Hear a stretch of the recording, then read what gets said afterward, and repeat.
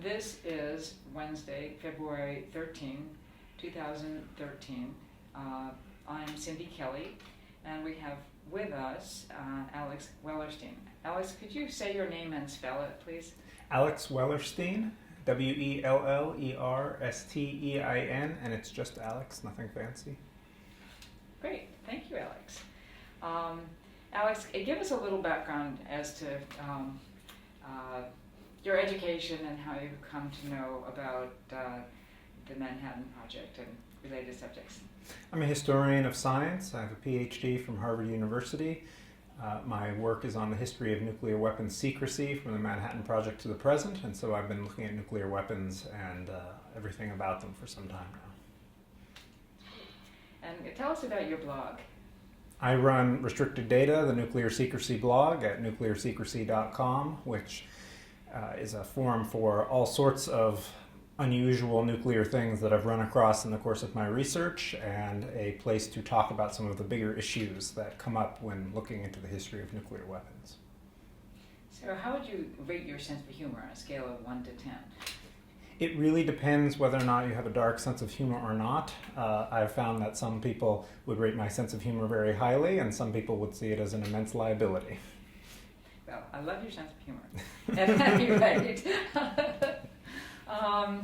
as I explained, we're trying to sort of fill in the blanks on some of the issues related to Hanford's Manhattan Project history as a starter. We have some exhibits that we're doing on one on how the role that the Columbia River played at Hanford. So with that introduction, can you tell us about the role of the Columbia River at Hanford? The selection of the Hanford site was contingent on finding a place that was both isolated and had an excellent water supply. The Columbia River area completely supplied both of these requirements. It was sufficiently isolated that they could locate a very large plant with very large and potentially unsafe industrial facilities all along it, and not be too close to human settlements, but also would provide the water source necessary for all the processing of the reactor. One of the interesting things about Hanford site is that they explicitly tried to calculate how far apart they would need to put each of the facilities in case any one of them had a meltdown. And so the idea was that even if they had a meltdown, they could keep the other ones running. So they were about a mile apart from one another, using very conservative calculations about what would happen if one of these reactors exploded or something like that. They didn't expect such a thing to occur, and they were hoping such a thing did not occur, but it's rather interesting that they were ready for such a thing to occur. They could keep the project going, even if it did. Plutonium is a really tricky element. It's extremely complicated on a chemical level and on a physical level. From a chemical level, it has 6 different allotropes, so these are different crystalline structures. It has a 7th under pressure. What that means is that little temperature changes to plutonium can radically change its density, so that makes it a difficult product to work with no matter what. Add to it that it is radioactive. It has a half-life of several tens of thousands of years, but it is still radioactive to matter. It's also extremely toxic as well. So you have something which is difficult to use both from a chemical standpoint, from a toxicity standpoint, and a radioactivity standpoint. Add to it the fact that it is also fissile, so it can explode or heat up if put into wrong concentrations. It's also pyrophoric, which means it catches on fire when you expose it to oxygen. It's really tricky metal, probably appropriately named plutonium for Pluto, originally the planet, but also the Roman god of death. Glenn Seaborg, when he discovered it, gave it the atomic abbreviation of Pu, not Pl, and it was partially as a joke because plutonium is so difficult and somewhat nasty to work with, so it's Pu. Plutonium is a man-made substance. It's an element that, generally speaking, does not exist in nature. The only place that plutonium exists in any great quantities on this planet is inside nuclear reactors or has been removed from nuclear reactors. It's completely artificial. It's just stable enough to be something that we can keep around. It doesn't radioactively decay into something different. But it's also just unstable enough that you can use it inside a nuclear bomb. During World War II, one of the main during World War II, one of the main difficulties was concentrating enough plutonium in any one place that you could use it for a nuclear weapon. And that's why they had to build these gigantic, industrial-sized, huge nuclear reactors along the river. The heaviest element that you find in nature is uranium. And they named it that at the time because Uranus was the farthest planet out known. When they discovered one heavier than uranium, they named it Neptunian, for Neptune, and then the one out from that is plutonium. Uranium-235, when it absorbs a neutron, will wobble, and that wobbling causes it to split into two pieces. This is nuclear fission. When it splits into two pieces, it sends out a number of neutrons, between about 2 and 3. If one of those neutrons hits another atom of uranium, uranium-238, this is the heavier form of uranium, it doesn't wobble and split again. What it does is it absorbs the neutron, it becomes Neptunium, and then after a couple days, it becomes plutonium. And this is where all the plutonium in the world more or less comes from, is this process of taking neutrons that are released by fission, absorbing them into other forms of uranium, and then getting a new substance out of it. What you then have to do is to put through a lot of chemical processes, there's lots of acids and very complicated things going on. You can strip out all that plutonium and concentrate it. And this is what they were doing during World War II, to concentrate only 13 pounds or so of plutonium were necessary for the bomb. But that took years of running these reactors because you're taking little tiny amounts of it every time you run the reactor.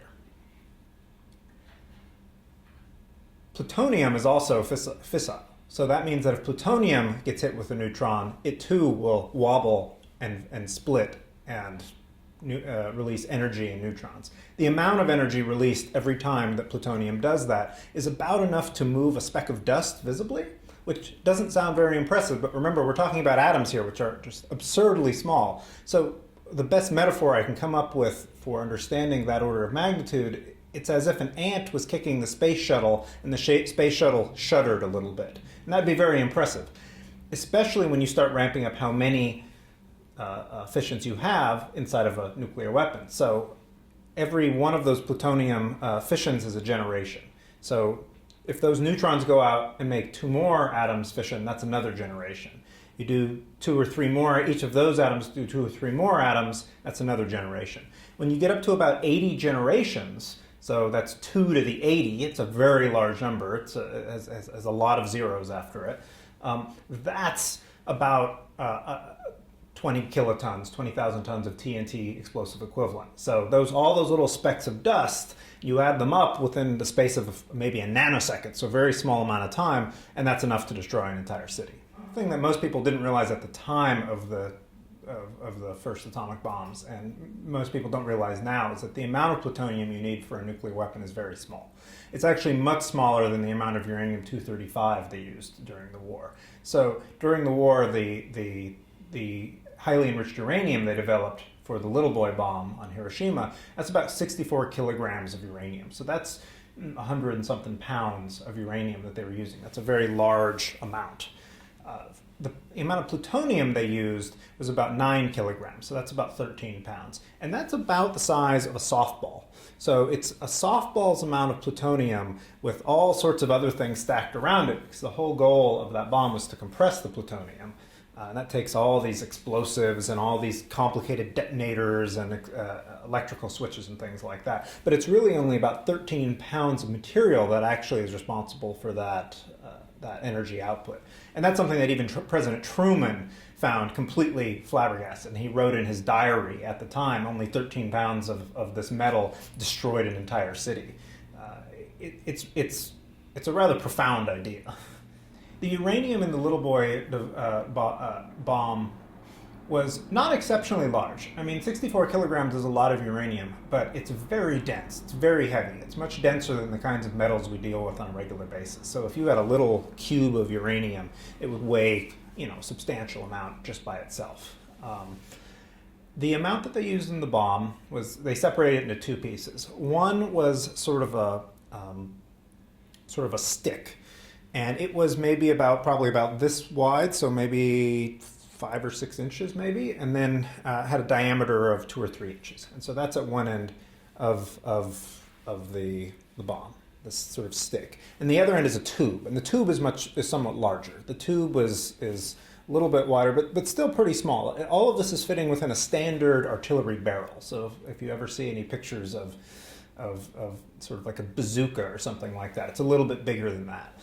And the way the little boy bomb worked is to take that uranium, the tube, and shoot it into that spike of uranium. And that's how you bring the critical mass together. It's a very crude bomb. And again, it used 64 kilograms of highly enriched uranium, which is a lot. That's a lot of uranium. It took them years to accumulate that much uranium.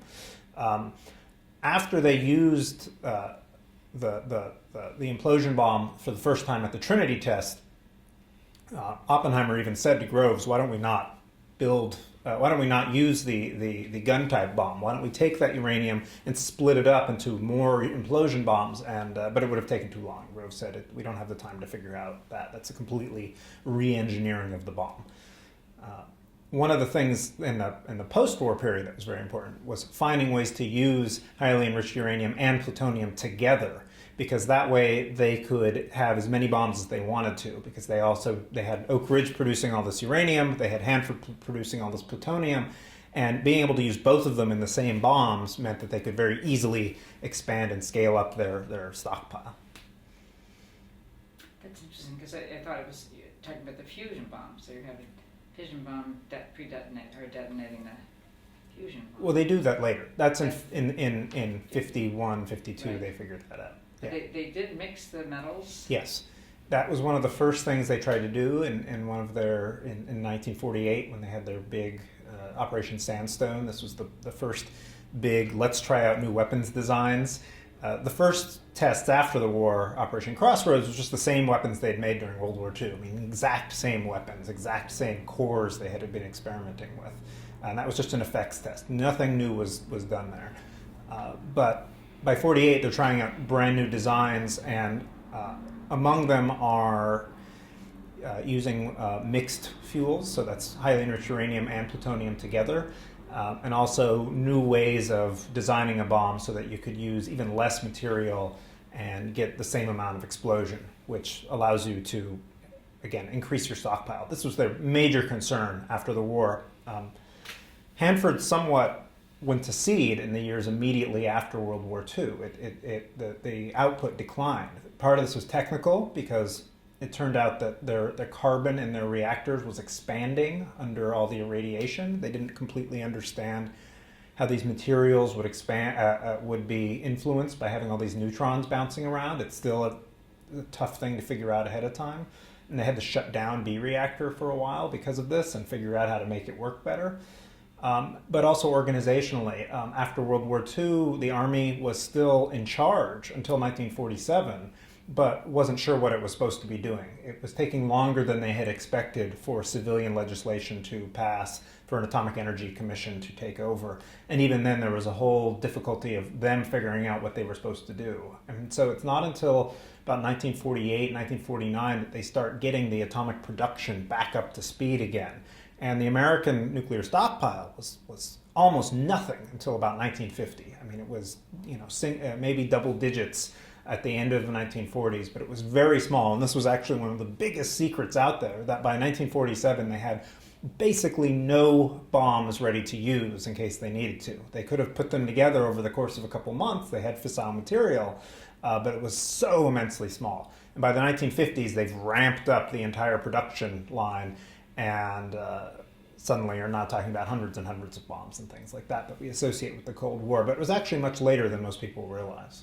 In 1945, one of the big questions on everybody's mind was, when will the Soviet Union get a nuclear weapon? Everybody assumed they wanted to get one, and the question was, how long will it take them? And most of the scientists at that time said it'll be about 3 to 5 years. 3 to 5 years, give or take. They have good scientists. They have a lot of resources. It's really just a matter of them deciding to do it. Some people thought it would be longer. Some people thought 10 to 20 years. General Groves thought it was about 10 to 20 years. And the reason he thought that was not because he was dismissive of the Soviet scientists. He actually believed the Soviets did have good scientists. He was a bit dismissive of their industrial capability. He thought they just didn't know how to run plants of this size. It wasn't really what their economy looked like. And he wasn't completely wrong with that. They had a lot to learn from that. But it was mostly because he had tried to buy up all the uranium in the world during World War II. So General Groves had gone around and made all sorts of side deals with countries that had uranium ores in them, when there were a bunch at the time, the Congo in Africa, Portugal, Brazil, India, Argentina, lots of countries where there were known uranium or thorium, which can be used like uranium ores out there. And Groves tried to basically buy them all up in secret. And so he thought the Soviet Union would have a real hard time getting uranium, and without uranium you can't do anything. You can't make reactors, you can't enrich it, so you don't have highly enriched uranium, and you don't have plutonium. And indeed, this was actually a huge problem. The Soviet Union spent a lot of their time, most of their time, trying to find uranium reserves within their own borders. They had a little bit of uranium that they got from the Germans and from Czechoslovakia, which is one of the only other known uranium sources at the time. But they immediately instituted, at the end of World War II, a huge survey of their vast lands to see, do we have uranium mines? And it turns out that uranium is much more common than was known in 1945, and they did have uranium mines. They had very low-grade uranium mines. So just to give you an idea of how poor these mines were, in the American Southwest, an economical uranium mine, it has about 5% uranium in it. Now, this is just natural uranium. We're not talking about enrichment levels or anything like that. This is just how much uranium is in the ore. The rest of it is other stuff, vanadium and just rocks of different sorts. 5% is considered economical to mine. The Belgian Congo uranium that we used during World War II, that had levels of up to 60 or 70% uranium. So that's incredible. That's the richest we've ever heard of, is in the Belgian Congo uranium. And this is what we used to build the Little Boy bomb and the reactors at Hanford. We were very fortunate that we were able to get our hands on that. The mines they had in the Soviet Union were less than 1% uranium in them. That's, by American standards, that would be not worth mining. But when you have gulags, you don't have the same economic constraints. You have forced labor, and they were able to use that to great effect. They just threw a lot of people at the problem, and they mined very poor ores, and were able to, over time, accumulate a lot of uranium. When the Soviet Union detonated their bomb in 1949, a lot of people were surprised. Part of this is because people are somewhat short-sighted. So in 1945, they said that it would be 3 to 5 years before the Soviet Union gets a bomb. In 1946, they said it will be 3 to 5 years before the Soviet Union will get a bomb. In 1947, they said 3 to 5 years. 1948, 3 to 5 years. And so by 1949, everybody said, my God, we didn't think they'd get a bomb for another 3 to 5 years. But they really just hadn't tallied up the numbers. They also didn't know whether the Soviet Union had actually started its own bomb program, and they didn't know when it had started its own bomb program. And we now know that the Soviet Union had been working on nuclear weapons since about 1943. Not to say that it was a full production project. It didn't really start trying to build a bomb until 1945.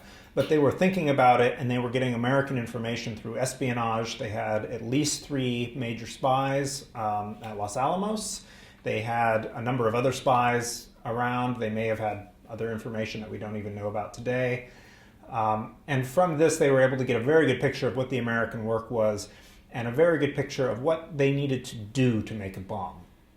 The spies can't give you a bomb. They can tell you maybe how it is made, and maybe that will save you some time. In the case of the Soviet Union, I'm not 100% sure that it did save them very much time, because the Soviet Union's bomb program was run by Beria. He was the head of Stalin's secret service, what later became the KGB, and was immensely paranoid. And he didn't believe the spies, and he didn't believe his own scientists. And so he played everybody against each other to try to figure out what the truth was, which is a very slow way of using information. So they ended up recreating all of the American data and all the American experiments. They didn't take any real shortcuts that way, but it still takes time to do that, and they still needed to get all the uranium together.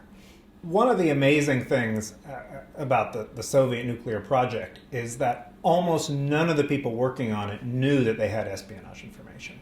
There was literally 1 or 2 scientists who were working on the Soviet bomb who had any clue. And this was part of what I sometimes like to call, somewhat jokingly, the Beria School of Management. So Beria is an awful guy. Beria is a KGB guy. He was in charge of Stalin's purges. He was a rapist. He was just an awful, awful guy. And he didn't get to be where he was by being a a trusting guy. He didn't get to even survive in Stalin's Soviet Union by trusting anybody. His entire job and way of life was predicated on not trusting. And so he didn't trust the scientists, he didn't trust the spies. He thought the spies might be double agents trying to give the Soviet Union bad information so that they would waste their time on the bomb. And he thought his own scientists might just be lying to him because he doesn't trust scientists. And so one of the ways he got around this was he had two sets of scientists, two teams working on any given problem.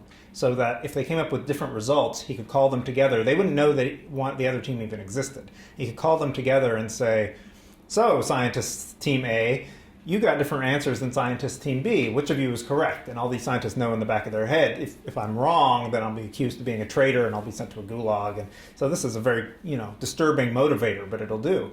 And what he also did was he often took the intelligence information that they got from, say, Klaus Fuchs or Ted Hall at Los Alamos, and they would rewrite it as if it had been created by a Soviet lab, one that nobody had heard of, lab number 456. They gave all these labs just very obscure code names. And so they would present this to the scientists and say, lab 456 said that the bomb is made like this. What do you think about what they said? And the scientists would then look at it and go, oh, I don't know, maybe they're right, maybe they're wrong.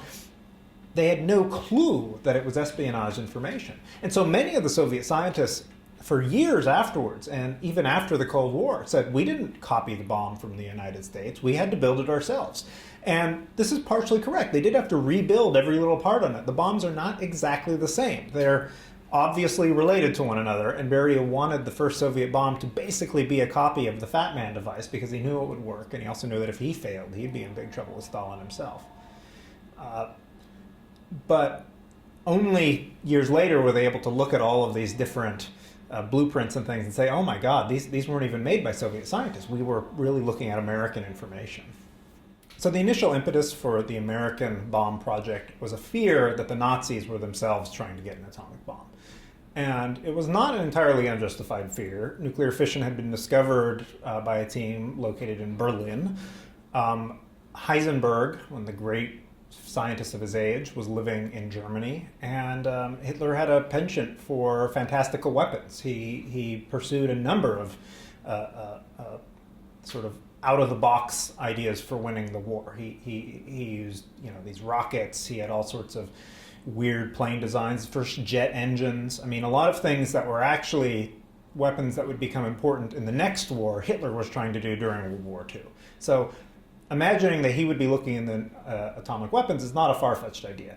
It turned out that they never really got that far. And the reasons for that are very complicated, and people have been trying to figure that out since 1945.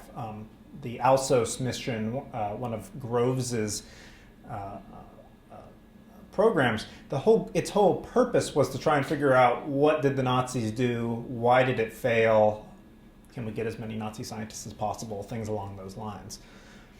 What they found was a fairly complicated story. One is that the Germans were extremely disorganized. So they didn't have any sort of centralizing committee that was in charge of everything. They had lots of little teams looking at different aspects of the problem. And some of these teams were very good, and some of them came up with the same answers that we came up with in the United States. So they figured out very early on, just as we did, that theoretically you could make a reactor, and they figured out, just as early on as we did, that theoretically that you could make plutonium with this reactor. But they never did these things on a big scale. And one of the reasons is because they found making a reactor very difficult, and they tried to... one of the reasons they found making a reactor very difficult was in their choice of a moderator. So in a nuclear reactor, what you want to do are slow down the neutrons. You have these fissioning neutrons of uranium-235, and when they fission, the neutrons that are coming out of them are very fast. And the faster they are, the less likely they are to be absorbed by other atoms and create more fissioning. And the reason of this has to do with quantum physics. It has to do with the speed of the neutron is related to how large everything looks to the neutron. So a very slow neutron looks like a big fat target to run into other things. A very fast neutron is like a little tiny BB, and it's going to just ricochet off of every other atom in a reactor. And the way you slow down a neutron is by bouncing it off other things. So in the United States, we looked at, and they looked at this in Germany too, the use of carbon. Carbon is a nice sort of on an atomic level, it's sort of plump and squishy. It's like a bumper in a pinball machine. And if a neutron hits it, it loses a little bit of energy and ricochets off again. The other one that we looked at in the United States, and they looked at this in Germany too, was heavy water. Heavy water is a type of water, deuterium, and it also is a nice squishy target for these neutrons to hit. Now, in Germany, they decided that carbon wasn't going to work. They had very bad results from it. And indeed, we had the same results in the United States. What we were able to figure out in the United States, though, was that the reason wasn't something inherent to carbon. It had to do with the fact that carbon has impurities within it because of the mode of its normal production. Most carbon doesn't, especially at that time, was not being used in nuclear reactors, and so they weren't worried about certain types of impurities. And the biggest impurity that they were worried about was boron. And boron is an atom that will absorb neutrons. It's very greedy. And so it's like if you have your pinball machine with your neutrons zipping around, suddenly there's this big sticky bit at the end, and and that's the end of your reaction. It won't go anywhere. In the United States, our chemists and our physicists all work together, along with the industrial people who are producing the carbon, to remove the boron from this carbon and get extremely pure carbon. And that was what was used in the first nuclear reactor at the University of Chicago in 1942, and is also what we ended up using at Hanford for B reactor. In Germany, they didn't do that. They didn't figure out why carbon was so much of an issue, and they didn't look into making better carbon. So they decided to put all of their effort into getting heavy water. The problem was that they didn't have very much heavy water in Germany. It was all in Norway. The British figured this out and led a very daring commando raid and destroyed the heavy water production facilities in Norway, and that made it extremely hard for Germany to go forward. The broader issue, though, of why Germany didn't make the bomb was that they never really tried to. In the United States, we had a very long period between about 1939 and 1941 where we were still exploring, should we make a bomb? Can you make a bomb? Is this a good idea? And finally, about 1942, people said, we could do this, we should do this, let's go for it. And so they start building it up bigger and bigger, and they start centralizing all the work even more, and by 1943 they've got the army involved, and the army is building these massive, the biggest factories in the world at the time to build the atomic bomb, and these reactors, and they're putting a lot of money and effort into it. In Germany, they never got beyond the figuring out whether they should do it or not do it stage. If the war had gone on for another 5 years or something, and if Germany hadn't been so heavily bombed and was having so many troubles just getting basic things running, one might imagine that they might have done such a thing. They were just at the end of the war in 1945, when Germany is basically lost and they're being invaded from both sides by the Soviet Union and the United States and the British. They were setting up a reactor experiment, not too different from the one we did in 1942. So that was a 3-year time lag they were behind. And they didn't even get it to work. They didn't get the reactor to go critical. So there's nothing inherently why the Germans couldn't have done it, except that it would have taken a lot of effort to do so. And at the time in which they would have had to make that decision, say 1941, 1942, they would have had to feel that they needed to do it. And by 1941, 1942, Germany was still doing very well in the war. They didn't think they would need such a thing. And they had no idea, because of the secrecy, that the United States had invested all of its efforts into doing it. One of the top nuclear physicists in the world at the beginning of World War II is Werner Heisenberg. Werner Heisenberg was in the 1920s one of the creators of quantum mechanics. He came up with the Heisenberg uncertainty principle. He worked with Niels Bohr in Copenhagen. He was one of the great physicists of the 20th century, and we still use his name all the time. He was not exceptionally enthusiastic about Hitler or the Nazi regime, and in fact had been labeled sort of an enemy of the state for a while on account of the fact that he taught general relativity and quantum mechanics. And these had been deemed by the Nazis to be Jewish physics. Now, Heisenberg wasn't a Jew, but they dubbed him a white Jew for a while, and some people tried to get him fired or worse. I mean, there were very high consequences. And it was partially because he was so eminent, but also because of the fact that physics was looking like it might be very important in the war, that the Nazi state was willing to look the other way and say, no, Heisenberg, you can be one of us. We don't have to get rid of you. You'll just work for us. It's not clear whether Heisenberg really wanted to give Hitler a bomb ever. Heisenberg has sometimes been interpreted as explicitly sabotaging the German project, but there's almost no evidence of this. And even Heisenberg himself was very careful never to actually say that that was what he was trying to do. I don't think that there's any reason to think that he did it on purpose. He was not an incompetent scientist, but I think that he was just never actually trying to build a bomb. And that's one of the main reasons he never built a bomb. So one of the things that the Allies did as they invaded Germany was to take all of the people who they thought might have been involved with a German nuclear project and put them into one of these great manor houses in the British countryside. This one was known as Farm Hall. And they had bugged the place. And the Germans may have known that they had bugged the place. They had worked with the Gestapo. They knew what bugging was about. And the reason they wanted to do this was, one, they didn't really know what to do with these people. They didn't know how far they had gone, but they also didn't want to sort of release them to the Russians. So they thought that putting them in this house was a good place to put them for now. But also they wanted to see what they would do when they heard about the bombing of Hiroshima. And so they kept transcripts of these bugs. And so before Hiroshima, the scientists were very despondent, and they didn't really know why they were there, and they were very unhappy, and they never wondered if they'd ever be let go. And then they played for them the BBC radio announcement of the bombing of Hiroshima and Truman's announcement. And then they listened. What did the scientists say afterwards?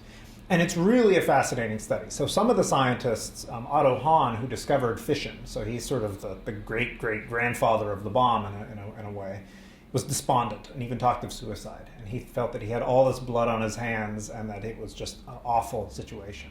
Some of the people who had been more involved with looking into the bomb were much more conservative about it and started even coming up with the official story that these scientists would tell afterwards that, well, we didn't make a bomb because we didn't want to make a bomb because we didn't like Hitler, which was not true. But they were starting to even think about this then. One of the most interesting reactions is from Werner Heisenberg, who is by far the best physicist in the room and by far the most eminent in the room. And he said, at first, I don't believe it. He said, they've got a very good PR person.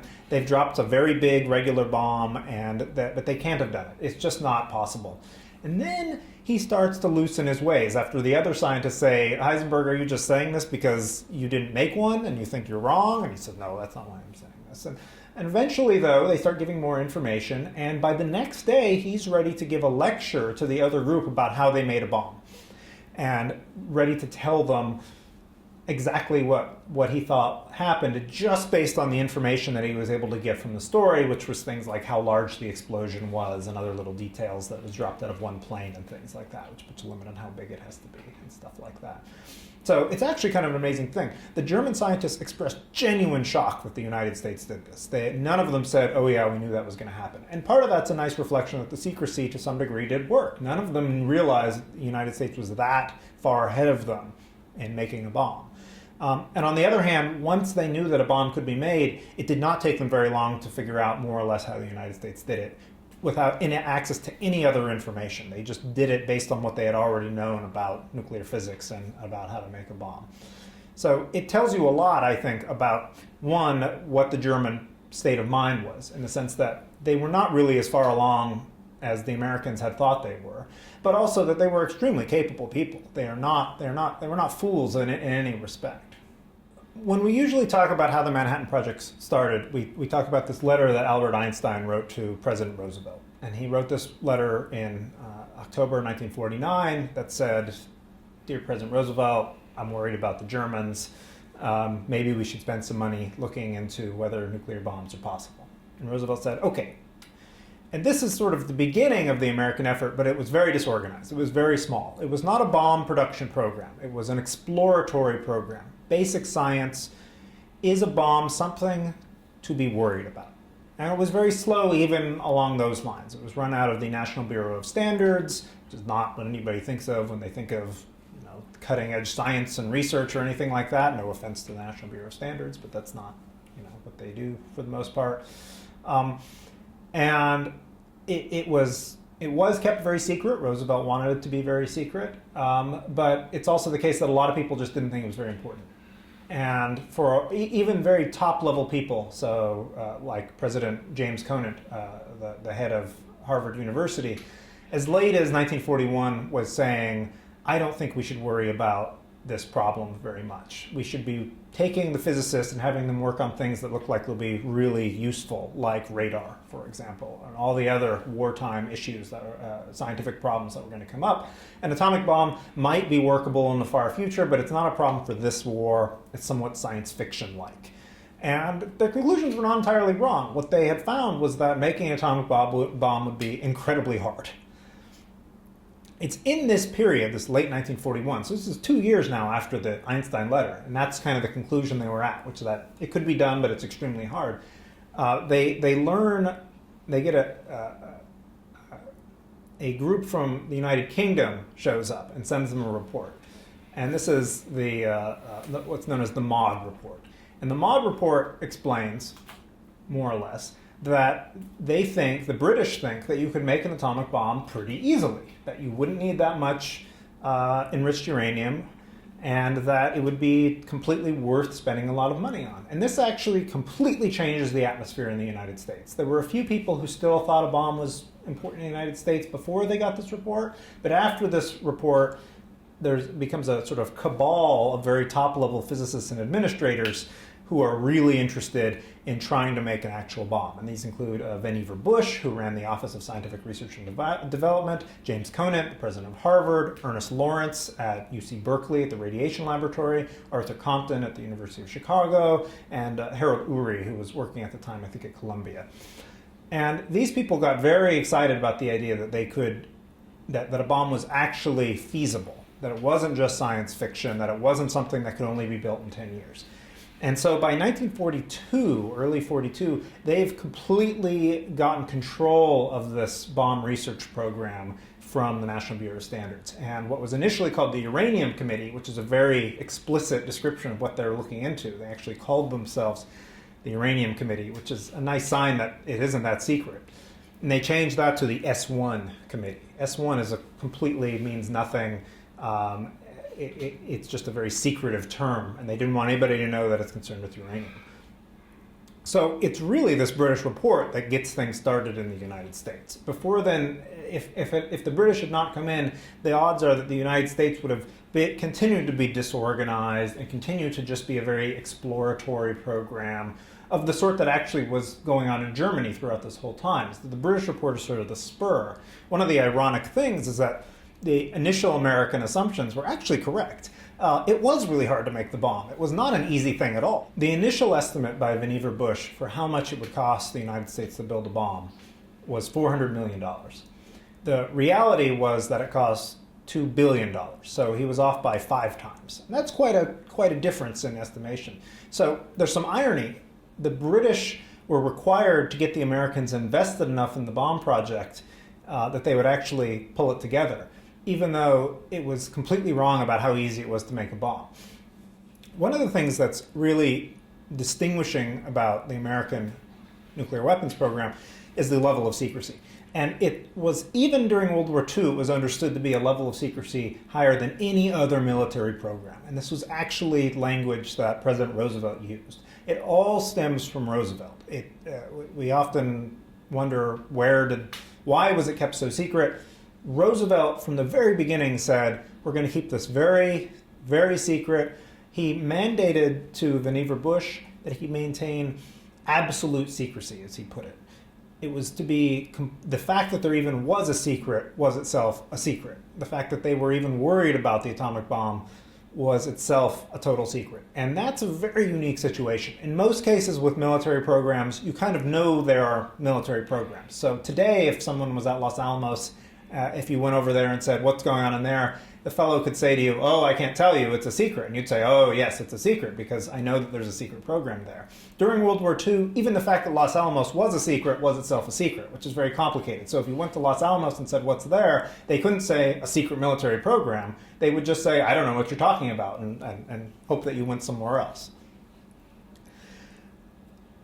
The secrecy served many forms. And even before the Army got involved, they had a lot of secrecy. So they were already, before General Groves and the Army and these people who have a reputation for having a lot of secrecy were involved, they were already thinking about moving all their sensitive facilities to remote locations, so that just to reduce the amount of people who were around. So they were talking about creating a weapons lab like Los Alamos that would be in the middle of nowhere. They were already talking about trying to censor scientific publications. They had already been doing self-censorship since 1939, but had started to institute that in a less self-level. So they were having committees that would review new publications in physics if they had anything to do with fission. They were already talking about compartmentalization. They weren't using that term exactly, but that's the need to know, so that one scientist and another scientist on the same bomb project working in different parts of it wouldn't necessarily be allowed to talk to each other, with the idea that any one scientist doesn't know the whole picture and any one worker doesn't even really know what they're working on. And they were already doing that by 1942. When the Army came in 1943, all of the secrecy ramped up. It became much, much bigger. And part of that was just because the project itself became much, much larger. So already by 1942, you've got several thousand people working on this project. By 1943, you're talking about tens and hundreds of thousands of people who are involved with producing this. And a lot of them are at very low levels, so construction or technicians, people who are working at Hanford and Oak Ridge to put together these massive factories. And so the amount of security just goes up incredibly. They start looking at people's mail at Los Alamos. They start doing lots of background investigations on anyone who's going to be involved with the project. They even start doing voluntary censorship with newspapers, which works more or less. They have some problems, but there are more leaks than people realize, I think, but they did pretty well on that. And the idea, after the war, General Groves listed 8 targets for what the point of the secrecy was. What was 8 major objectives of secrecy? Number 1, keeping it from the Germans and the Japanese. So that's kind of 1 and 2, actually. Number 3 was keeping it from Russia, which even in World War II, Groves is thinking about. He knows that there are Soviet spies at Berkeley, for example, and he's a little bit uncomfortable, even though the Soviet Union's an ally. But Groves, not incorrectly, assesses them to be a somewhat temporary ally, not necessarily a long-term ally. He's worried also, so that's 3 of them. Number 4, he's concerned about compartmentalization, not just because it keeps people from, would keep a spy from knowing what another guy's work was on, but also because he wanted the scientists to stay focused. So Groves doesn't necessarily trust scientists. He's more of he's an engineer himself. He trusts engineers. He believes that the scientists, if given sort of unlimited flows of money and asked to investigate interesting cutting-edge scientific work, will not necessarily stay focused on the immediate goal, which is producing a bomb for the purposes of war. And he's not entirely wrong on that. I mean, later he feels he's completely justified in that. That's a very General Groves thing to say.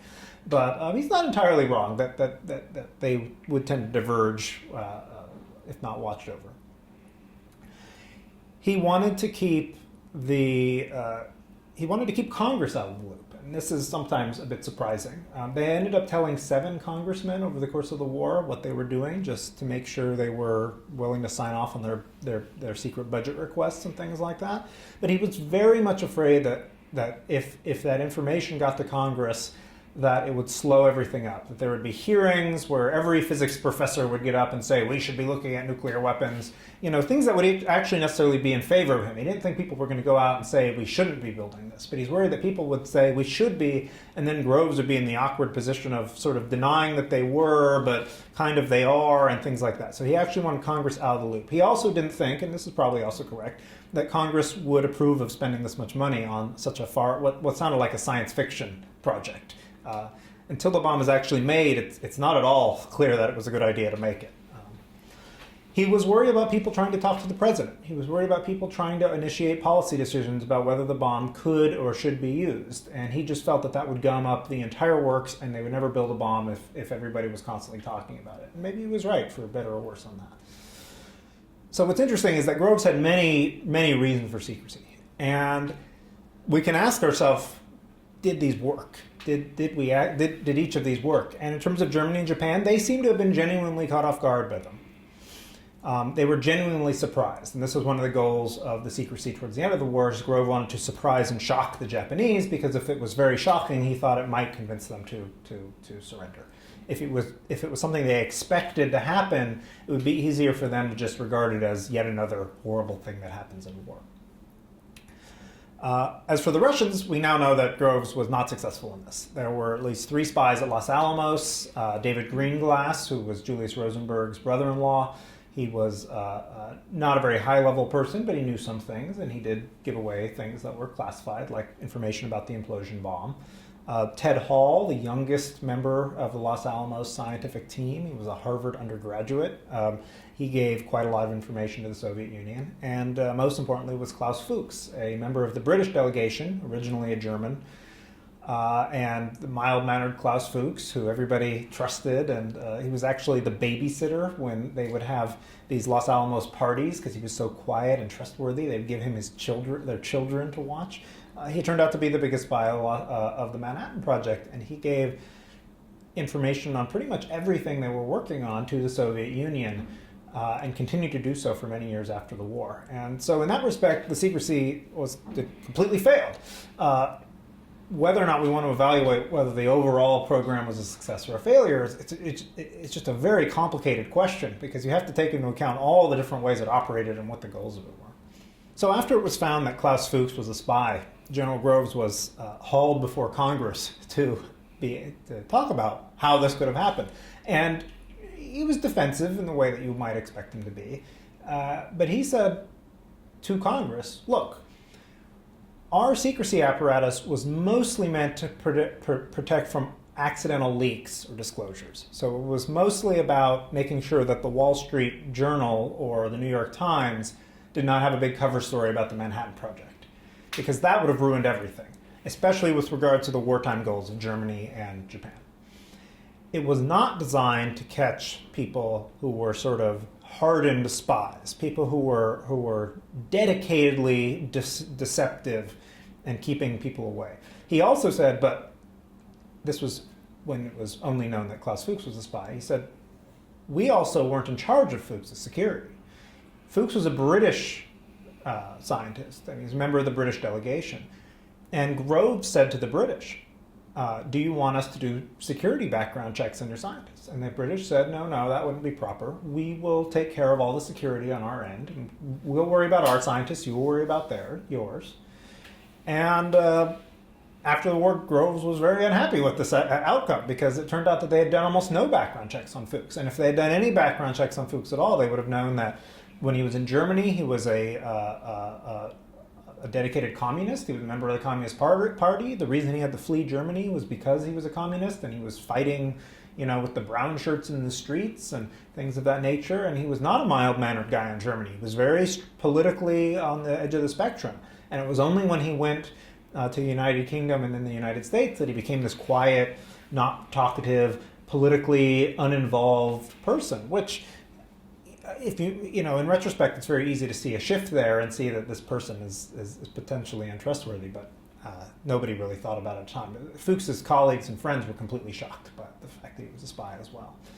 So Groves, in the end, tried to say, well, the secrecy basically worked for what it was capable of doing, but you can't expect it to get everything. But even then, it's not completely true, because there were American spies as well. So I don't know. It doesn't really work out. But it did put Groves into a very tough situation after the war, because on the one hand, he wanted to argue that the Army secrecy was the sort of secrecy they needed in the atomic energy project. But on the other hand, he had to acknowledge that it completely failed when it came to the Soviet Union. Klaus Fuchs was discovered to be a spy in the end of January 1950.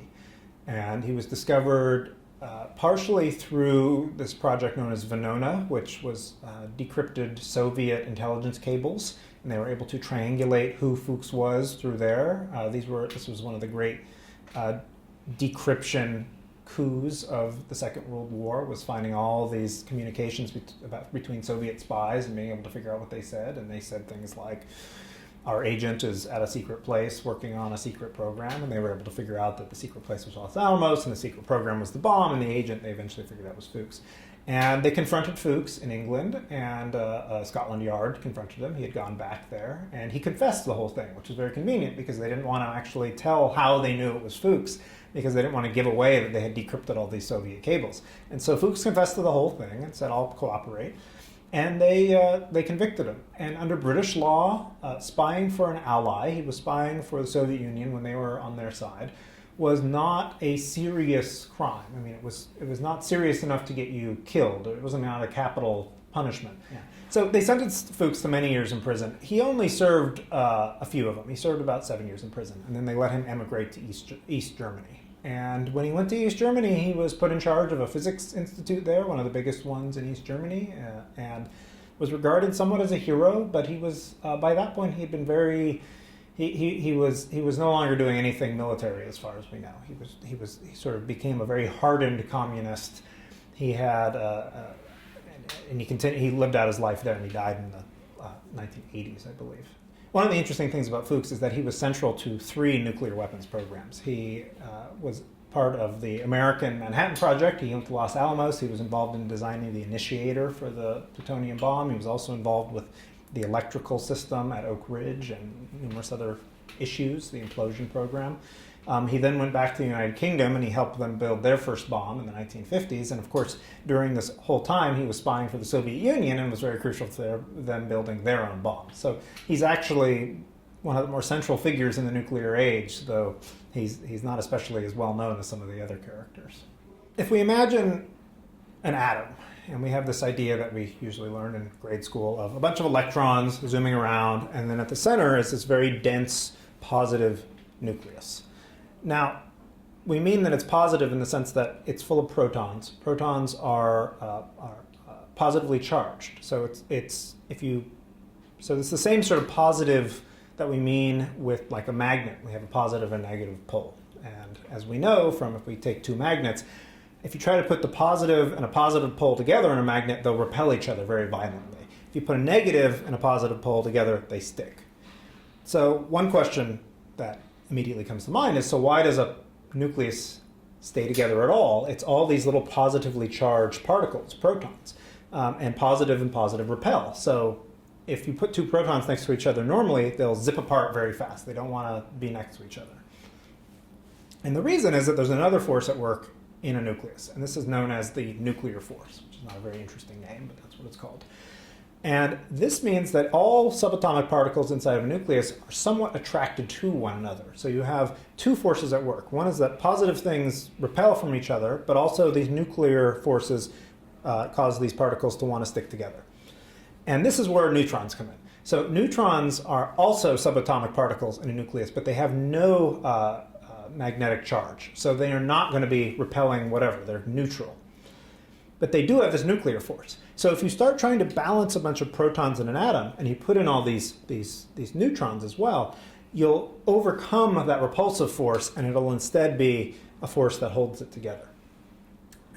The nuclear force is extremely powerful, but it only works over very small distances, whereas the electrostatic forces work over very long distances, but at those very small distances, they're not very powerful. So we have our atom, and we're building it up with positive things. And we're also putting all these neutrons in there to keep it together. And you can do that up to a point. And it's around the point of uranium that these things start to get very unstable. And this is one of the reasons uranium is somewhat special. So uranium-235, the fissile isotope of uranium, has 92 protons and 142 neutrons in it. And that's a very big, unbalanced, uncomfortable, somewhat unstable arrangement. And so if a neutron comes in and hits that atom and is absorbed into it, it starts to wobble. And as it's wobbling, that one half of it eventually gets kind of separated from the other. So it's wobbling and it's going kind of elongated. And it gets just outside of the range of that nuclear force that's holding it together. So it suddenly becomes 2 very positive atoms that are nuclei that are right next to each other, and that electromagnetic force that repels things, again, it's like putting the positive ends of a magnet together, causes it to blast apart with great violence. And almost all the energy that's released from nuclear fission is from that blasting. And then there's a few other little neutrons that pop out and things like that. But it's actually very straightforward. It's all about this balance of these forces. And it's the fact that it is just on the edge of being stable. It takes just the slightest nudge. And this was a huge surprise when it was discovered in 1939, because people thought of the nuclei of the atom as being this sort of fortress, this sort of impenetrable, blocky thing. And they weren't thinking of it as something that was just on the verge of falling apart.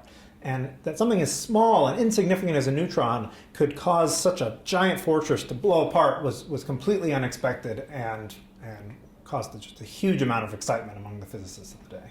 So Leo Szilard, one of the famous early instigators of the project, he had, by 1932, come up with the idea that you could use neutrons in some sort of yet unknown way to create a chain reaction.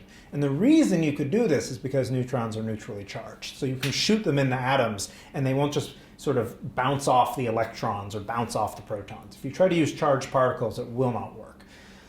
The problem is he had no idea how you would do this. And he wasn't thinking about splitting the atom. He was thinking, what if there was a process by which you could put a neutron into an atom and 3 neutrons would pop out the other side? And he didn't know what atoms would work on this. He started going through all the atoms that he could get his hand on. You know, he looked at iridium in particular and barium and all sorts of other things, but he had no clue. It wasn't until the discovery of fission that he suddenly was one of the first people to say, this is the way to do it. Because if this process releases neutrons, which is highly possible, now we have this chain reaction. And in fact, it's even worse than Szilard thought, because Szilard's initial idea was you put in a couple neutrons, you get more neutrons out the other end. That's still is a weapon. You can use the neutrons are hazardous and deadly. But nuclear fission releases a lot of energy, and that is not something that Szilard would have anticipated.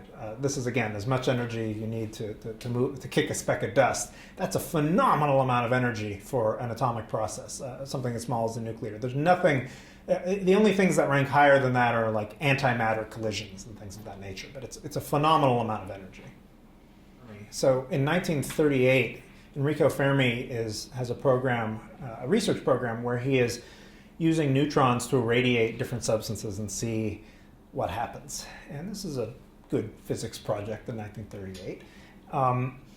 And he's doing things like slowing the neutrons down with paraffin. And Fermi is the first person who figured out that if you slow neutrons down, you increase the chance of them running into other nuclei and atoms and things like that. And he'd gotten very interesting results with that so far. He'd been able to make things very radioactive. He didn't really know why.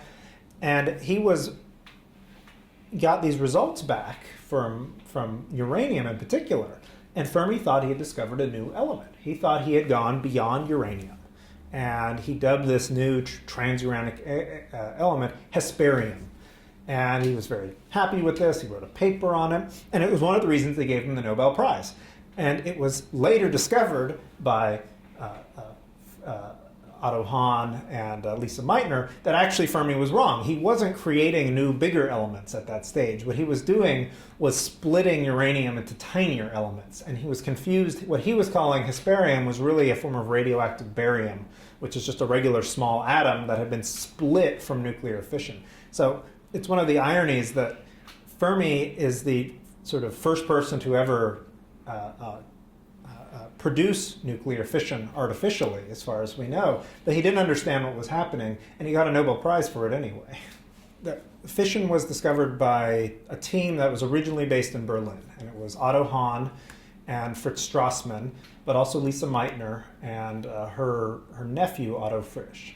And during World War II, Lisa Meitner, who was a Jew, had to flee, and she had to flee into Sweden, and that's where she waited out World War II.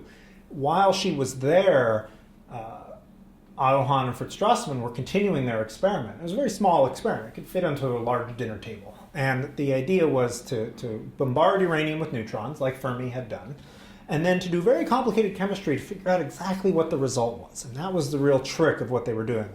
Hahn was a very skilled chemist, and he was one of the only nuclear chemists. So it's a chemist who also deals with radioactivity and things like that. And he was able, through a very complicated process, to figure out that all that was left was a type of barium. And it was not a big, heavy new element. It was a light element that they already knew about, but a very radioactive form of it. And he wrote to Lisa Meitner in Sweden and said, I don't really understand our results. What's going on? And Lisa Meitner, who was the physicist of the team, said, well, the only answer here is that you've split the uranium in half. Barium is about half the size of uranium. So what we've probably been doing is not just creating a new element through adding neutrons in, but these neutrons are causing this big, bulky uranium atom to shear across the center, and that's what the result is. And one of the great controversies is that Otto Hahn was given a Nobel Prize for this. I believe Fritz Strassmann was also given a Nobel Prize for this, but Lisa Meitner was not. She was overlooked by the Nobel Prize Committee. And part of this has been ascribed to sexism, and part of this has been ascribed to the fact that she was also did not work to take a lot of credit for what she did for various reasons that were probably personal to her, but also she wanted to distance herself a little bit from the atomic bomb and all that sort of thing. So she's actually one of the great examples of people who were overlooked for Nobel Prizes, even though their colleagues were given prizes for the same work.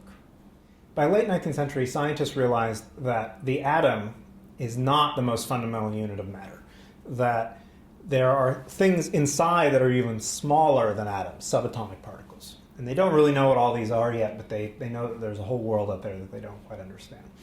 And in 1898, Henri Becquerel took a piece of uranium and he put it onto a piece of film, photographic film, and put it into a dark desk drawer, and later took it out and found that it had in fact developed onto the film, that there had been sort of invisible light emanating from this piece of uranium that left a mark on the film. And this was a big, exciting discovery, and it was Marie Curie who gave it its name, radioactivity, for what is going on. And the basic answer is that atoms are not only made up of small subatomic particles, but they're not always totally stable, that they can be just a little bit unstable, and that for reasons that are still not completely understood, will occasionally shoot out an extra particle. Exactly when they will shoot out an extra particle is impossible to predict. Quantum mechanics says you can never know ahead of time why any individual atom is going to decay, as they call it, at any given period. But you can say for a group of materials, on average, how long will it be before they shoot out a particle, and that's what we call a half-life. So that's how long it will take for that amount of material to be to decay, for half of it to decay. So plutonium has a half-life of, I believe, 20,000 years or something like that. So if you have a lump of plutonium after 20,000 years, half of it will no longer be plutonium. It'll be something else. It'll have shot off neutrons or alpha particles or transmuted some of its protons into other things and things along that nature. Radiation by itself is all around us. There's lots of sources of radiation in the world. You get a lot of radiation from eating a banana. I mean, not a lot by health standards, but just a detectable amount because there's potassium in bananas. Potassium's a little bit radioactive. You actually get some radiation if you sleep next to somebody at night because they are slightly radioactive and you are slightly radioactive, and it actually is a measurable amount of radiation difference. What we worry about for radiation hazards are one of two things. One is a very large amount of radiation all at once. So an atomic bomb produces a huge burst of neutrons and gamma radiation.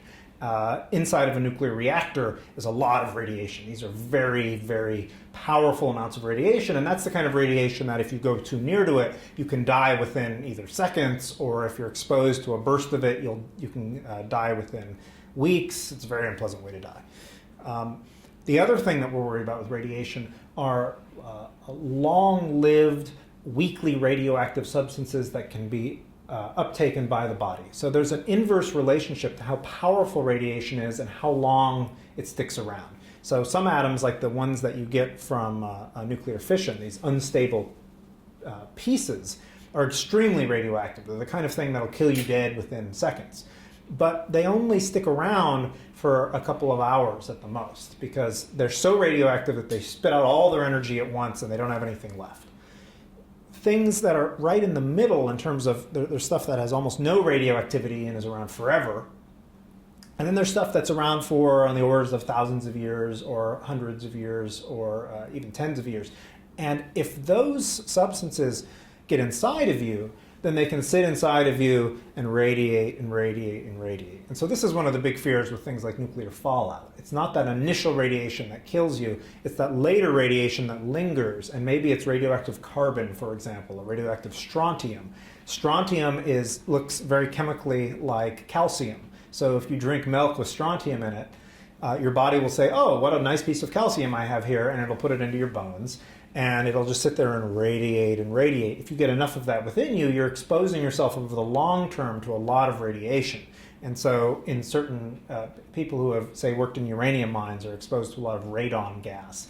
and that can get into your body and radiate, and then 10 to 20, 30 years later, you get lung cancer. So that's the kind of the two types of hazards. There's one that will kill you dead immediately, and then there's one that takes a very long time for it to manifest in the form of cancers and things like that, because it's very weakly radioactive, but it's embedded itself in key areas in your body. So one of the big questions that people have asked for a while is, how much did they know about the radiation that would come from an atomic bomb before they used the atomic bombs? Did they regard the radiation as a special effect of the bomb, or were they regarding it mostly as a source of fire and blast? And it turns out that they weren't thinking too much about the radiation. They knew that radiation would come out from the bomb, but they figured that the heat and the blast would be so much more powerful than the radiation that anybody exposed to those would be dead anyway. And also that the bomb was going to be detonated very high up. And they chose the reason why it was high up not because of the radiation. They chose the height of the bomb to maximize the amount of area that would be destroyed. But it also, as a side effect, meant that there wasn't going to be a lot of radiation sort of raining down on people afterwards. It turned out they were somewhat wrong, that there was more radiation than they expected. Some of the radiation did rain on people afterwards, though not as much as a lot of people realize. Hiroshima did not become unoccupiable. It did not become a radioactive wasteland or anything like that. But you did have several thousand people who did get enough of a radiation exposure that they acquired radiation sickness, which is a very painful, unpleasant way to die. Whether that's a worse way to die than being set on fire or having your house fall down around you, you can debate. Personally, I don't really see a big difference between setting people on fire and killing them with radiation. They're both pretty unpleasant ways to die. One of the reasons that they didn't study the radiation problem as much, it's not because they didn't care about it, but it's because they didn't completely understand it. They didn't know a lot about the radiation during World War II from the bomb itself. They knew about radiation from reactors. They had taken that into account. They knew that at the Trinity test, they might have to worry about evacuations if the cloud blew the wrong way, although the Trinity test was detonated much lower than the bombs at Hiroshima and Nagasaki. And they knew that radiation was itself a hazard. They had lots of experience with radiation health physics and things like that. But they hadn't really been considering the Japanese in this respect. And it wasn't because they were cruel or unhappy or anything like that. It was just because they were not especially worried about what would happen to the people who they were dropping an atomic bomb on, and they certainly weren't worried about radiation effects, which would be a much more minor effect than everything else they were doing. Almost none of the people who died from Hiroshima and Nagasaki died because of radiation. They died because of fire. Fire is the number one, and it's very prosaic, so we don't think about it as much as the more exotic effects of nuclear weapons, but it's what most of the people who die from nuclear weapons are going to die from fire if they're exposed to one. There's a really interesting period.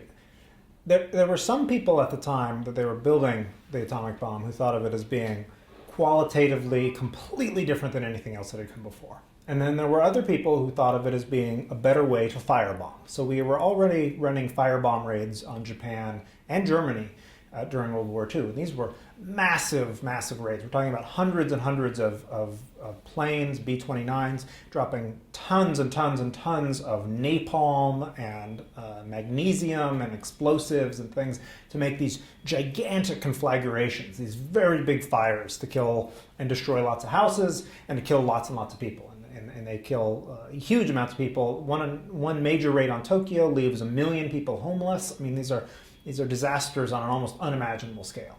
So there are some people who think, well, an atomic bomb is just another way to do that, but you can do it with one plane, and it's just very efficient and maybe scarier for that reason, but not very different. There were other people who said, look, maybe these bombs are only one bomb, though still 20,000 tons of TNT from one bomb, that's kind of incredible even in and of itself. It also means you can't defend against it. You can't, there's no way you're going to shoot down all the planes that might have an atomic bomb on it.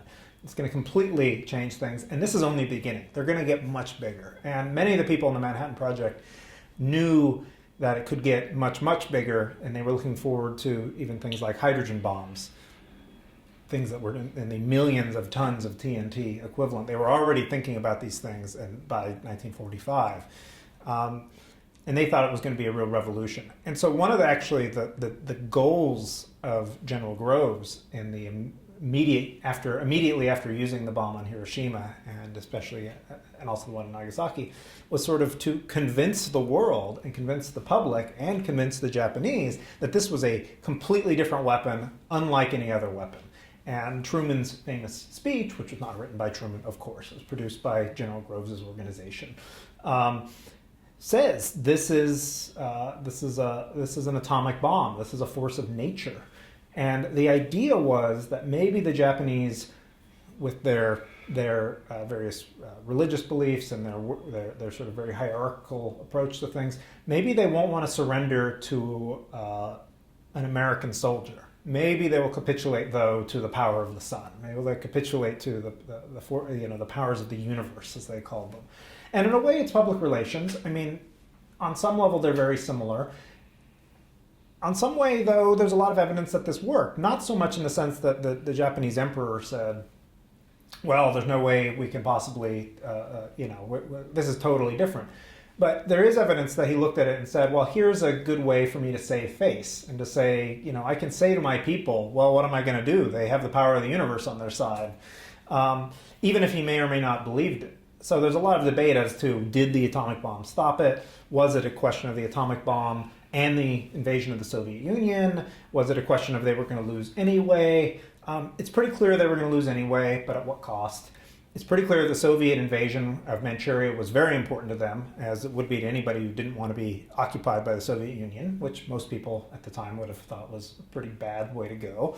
And it was also clear that they took the atomic bombs into consideration. I'm not a hardliner on it. I don't think that you can say it was or wasn't the bomb in any obvious way, but there's a lot of evidence that says that they definitely did take the bombs into account in thinking about how to surrender and when they should surrender. Even though, on many ways, the atomic bombs were very small compared to some of the firebombing raids they'd already sustained.